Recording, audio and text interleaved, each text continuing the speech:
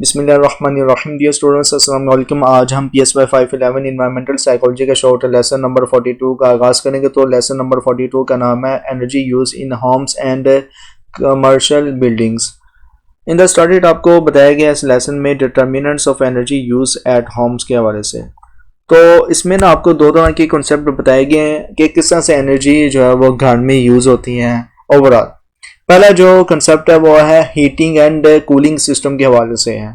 तो घर में एनर्जी का इस्तेमाल हीटिंग और कूलिंग सिस्टम से ज़्यादा होता है। अगर नेचुरल गैस फर्नेस यूज़ की जाए तो हीटिंग के लिए, तो ये ना इलेक्ट्रिकल बेस्ड हीटिंग से ज़्यादा एनर्जी एफिशिएंट होती है।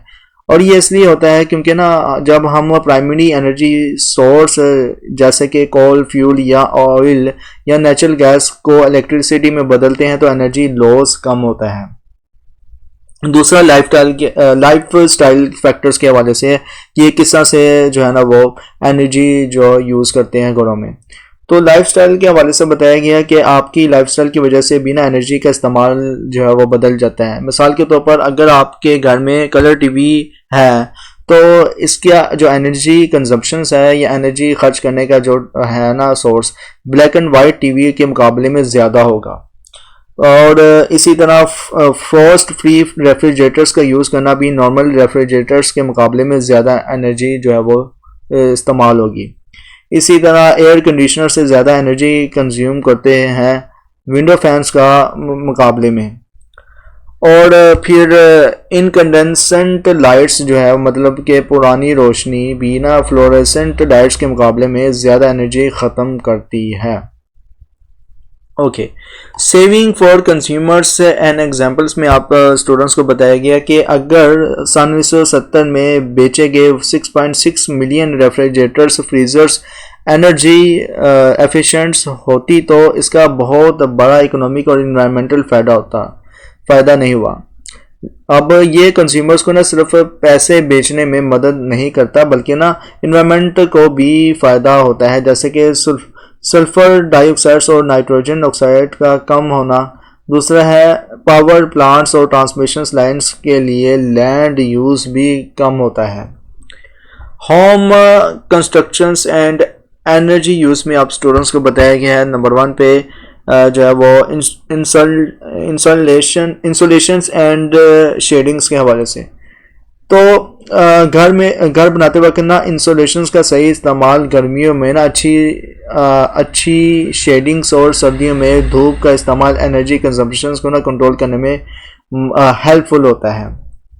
दूसरा जो पॉइंट बताया गया इसमें home constructions and energy use को लेकर के अगर घर में अच्छी तरह से इंसुलेटेड हो तो वो ना सर्दी में गर्मी रखता है और गर्मियों में ठंडा, जो जिससे ना हीटिंग और कूलिंग के लिए एनर्जी की ज़रूरत कम होती है। Energy use in commercial buildings, इसमें आपको दो तरह की कॉन्सेप्ट बताए गए हैं। एक है एक्सेसिव एनर्जी कंजप्शंस होती है कमर्शियल बिल्डिंग्स में, दूसरा है एनर्जी एफिशिएंट डिज़ाइन जो है वो लाजमी होना चाहिए। अच्छा, एक्सेसिव एनर्जी कंजप्शंस के हवाले से जो पॉइंट बताया गया है इसमें कि कमर्शियल बिल्डिंग से जैसे कि सीएस टॉवर्स इन शिकागो इतना ज़्यादा इलेक्ट्रिसिटी इस्तेमाल करता है कि पूरे शहरों से ज़्यादा ये इलेक्ट्रिसिटी जो है ना ज़्यादा इस्तेमाल करता है। और ये ज़्यादा एनर्जी कंजप्शंस इनके डिज़ाइन की वजह से होता है, जैसे कि ज़्यादा ग्लास यूज़ करना और बिल्डिंग्स का बहुत ज़्यादा ऊंचा होना। दूसरा है एनर्जी एफिशिएंट डिज़ाइंस को लेकर कुछ इस तरह से इसमें बताया गया कि अगर एनर्जी एफिशिएंट डिज़ाइन प्रिंसिपल्स को अप्लाई किया जाए तो ना ऐसे इसमें क्या होता है कि जैसे कि अप्लाइंसेस का बेहतर इस्तेमाल, तो कमर्शियल बिल्डिंग्स में ना एनर्जी सेविंग्स की बहुत पॉसिबिलिटीज़ होती है। मज़ीद है इन्वायरमेंटल कॉस्ट ऑफ एनर्जी के हवाले से, environmental cost of energy and material usages के हवाले से। तो इसमें ना आपको एक्सट्रैक्शंस एंड प्रोसेसिंग की इन्वायरमेंटल इम्पैक्ट के हवाले से बताया गया है। तो जब एनर्जी और मटेरियल्स का एक्सट्रैक्शंस होता है ना जैसे कि ऑयल ड्रिलिंग, तो इससे ना बहुत सी इन्वायरमेंटल प्रॉब्लम्स पैदा होती हैं। मिसाल के तौर पर ऑयल ड्रिल से मतलब कि खोद कर ऑयल निकालने से जो रॉ मटेरियल होता है, ब्लू आउट्स स्पिल्स और रिफाइनरी पोल्यूशंस होता है जो मैरीन लाइफ और इकोसिस्टम्स को ना नुकसान पहुंचाता है। मतलब कि जो कान करने वाले जो हजरात होते हैं ना, मैरीन लाइफ से मुराद है कि जो खोदने वाले कान करने वाले जो हजरात होते हैं उनकी लाइफ भी ख़राब होती है और प्लस इकोसिस्टम को भी नुकसान पहुंचना शुरू हो जाते हैं। दूसरा जो इसमें पॉइंट बताया गया है environmental cost of energy and material usages में, वो उस पॉइंट का नाम है सस्टेनेबल प्रैक्टिसेस, मतलब कि बचाने वाली जो प्रैक्टिसेस है करने चाहिए। तो इन इन्वायरमेंटल कॉस्ट को एड्रेस करने के लिए ना हमें सस्टेनेबल प्रैक्टिसेस अडॉप्ट करनी चाहिए और नॉन वर्बल रिसोर्सेज पर काम रिलायंस करना चाहिए। Strategies for saving energy and promoting sustainability में आपको बताया गया है जो पॉइंट वो है रिड्यूस, रीयूज, रिसाइकल के हवाले से। ये बहुत इंपॉर्टेंट है, इसको मैं हाईलाइट कर लेता हूँ। रिड्यूस, रीयूज एंड रिसाइकल्स, ठीक है। तो आपसे पूछे जा सकते हैं रीयूज, रिड्यूस एंड रिसाइकल। अच्छा, एनर्जी बचाने और इन्वायरमेंट को सस्टेन करने के लिए ना हमें कम कंज्यूम करना, चीज़ों को दोबारा यूज़ करना और रिसाइकल को प्रमोट करना ज़रूरी है। और इसके अलावा इसमें जो दूसरा पॉइंट बताया गया है इसमें वो है एनर्जी एफिशिएंट मटेरियल्स जो है वो इस्तेमाल करना चाहिए। मतलब ये कि एनर्जी एफिशिएंट मटेरियल्स और अप्लायंसेस का इस्तेमाल करना और रिन्यूएबल एनर्जी सोर्सेस जैसे कि सोलर एनर्जी का इस्तेमाल करना बहुत ज़रूरी है।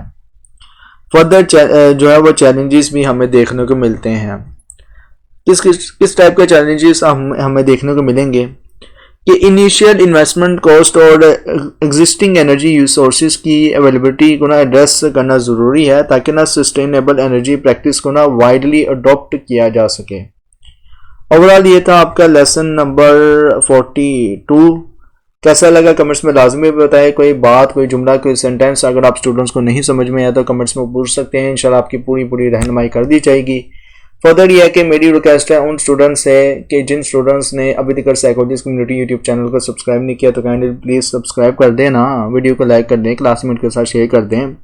इसके अलावा आप हमें इंस्टाग्राम में भी फॉलो करें, फेसबुक पेज को लाइक कर दें और टिकटॉक में भी हमें फॉलो करें ताकि हमारी हौसला अफजाई हो, साइकोलॉजिस्ट टीम की, साइकोलॉजिस्ट कम्युनिटी की हौसला अफजाई हो। इसके अलावा अगर आप मॉडर्न और इस्लामिक साइकोलॉजी के बारे में जानने में इंटरेस्टेड हैं तो inner Psychoflix YouTube channel powered by psychologist community, inner Psychoflix YouTube channel को लाजमी तौर पर सब्सक्राइब करें और जानिए मॉडर्न और इस्लामिक साइकोलॉजी के हवाले से। और इस लेसन का ओवरव्यू मैं दे देता हूँ कि एग्जाम पॉइंट ऑफ व्यू से क्या क्या इंपॉर्टेंट है। सबसे पहले यह कि कंसीडरेबल इकोनॉमिक एंड इन्वायरमेंटल को लेकर जो पॉइंट बताया गया कि सन 1970 में सबसे ज़्यादा क्या जो सोर्स या सबसे ज़्यादा क्या चीज़ें बिकी थी, सोल्ड हुई थी, 6.6 मिलियन जो थे वो रेफ्रिजरेटर्स जो थे वो फ्रीज़र्स बेचे गए थे सन 1970 में। और ये काफ़ी बेनिफिशियल भी था, लेकिन ये था कि ये बेनिफिट कंज्यूमर इकोनॉमिकली ज़्यादा नहीं था। ओके, तो ये पेपर पॉइंट भी से इम्पोर्टेंट है। दूसरा ये कि आपको हीटिंग एंड कूलिंग सिस्टम जो है वो ज़्यादा डिटर्मिनेंट्स ऑफ एनर्जी यूज़ होती है एट होम में। उसके बाद लाइफस्टाइल्स जो है वो चेंज करने से भी क्या होता है कि एनर्जी यूज़ जो है वो बदल जाता है। Home constructions and energy use में ज़ाहिर सी बात है कि कंस्ट्रक्शंस ऑफ होम्स में डिफरेंट किस्म के जो एस्पेक्ट्स हैं वो बहुत इम्पेक्ट करते हैं। लिहाजा ये पेपर पॉइंट में से इतना इम्पोर्टेंट तो नहीं है, लेकिन आपसे पूछा जा सकता है कि वहाँ पर आगे फिर भी energy use in commercial buildings में किस तरह से एनर्जी यूज़ होती है। जैसे कि इसमें एक एग्जांपल दी गई है सीयर्स टावर्स इन शिकागो। ये क्योंकि इसमें पूरे शहर की या पूरे मुल्क की कह लें एनर्जी सोर्स सबसे ज़्यादा इसमें इस्तेमाल होता है। 10 शहरों की एनर्जी इसमें इस्तेमाल होती है। वो तो बिल्डिंग का डिज़ाइन और बिल्डिंग का इंफ्रास्ट्रक्चर डिपेंड करता है कि किस तरह से वो एनर्जी सोर्स इस्तेमाल कर रहे हैं। Environmental cost of energy and material usages में जैसे बात है कि ऑयल ड्रिल करना एक्टिविटी ये भी इंसान के लिए ख़तरनाक होती है। और इसके अलावा ब्लू आउट स्पिल्स जो है रिफाइनरी पॉल्यूशंस वगैरह, ये पेपर पॉइंट से इंपॉर्टेंट रहा है जिसको मैं हाईलाइट कर लेता हूँ। लेकिन फर्दर ये है कि पूरा पैराग्राफ इंपॉर्टेंट है कि वहाँ पर आके आपसे पूछा जा सकते हैं। Strategies for saving energy and promoting sustainability भी आप 2-3 पॉइंट हाईलाइट कर लीजिएगा। इसमें जो कॉमन पॉइंट है, ठीक है, रीयूज़ और रिसाइकलिंग और रिड्यूस, ये जो है पॉइंट बहुत ही इंपॉर्टेंट है। जो स्ट्रेटजी है सेविंग एनर्जी के हवाले से, प्रमोटिंग सस्टेनेबिलिटी के हवाले से, इसके अलावा कुछ चैलेंजेस हैं जो फेस करने पड़ सकते हैं, वो मैंने हाईलाइट कर लिए रेड कलर में, इनको आप पढ़ लेना। इंशाल्लाह मिलते हैं नेक्स्ट लेसन में। Till then thank you so much. अल्लाह हाफिज़।